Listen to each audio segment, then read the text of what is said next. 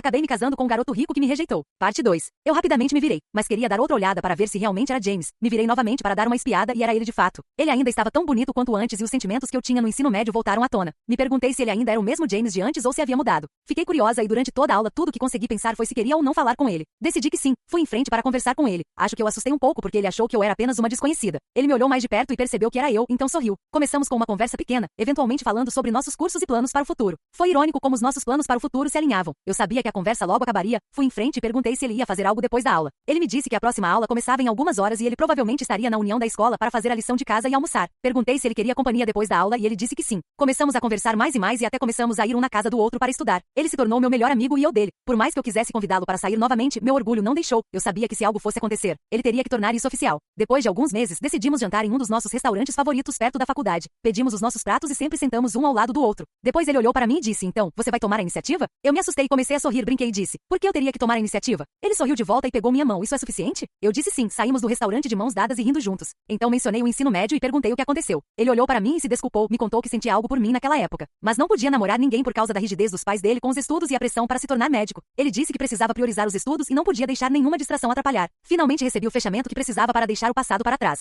Anos se passaram e eventualmente ambos nos formamos. Depois de alguns anos, eu propus casamento a James e ele me deu 2 filhos lindos. Finalmente realizei meu sonho e estou vivendo a vida que sempre sonhei.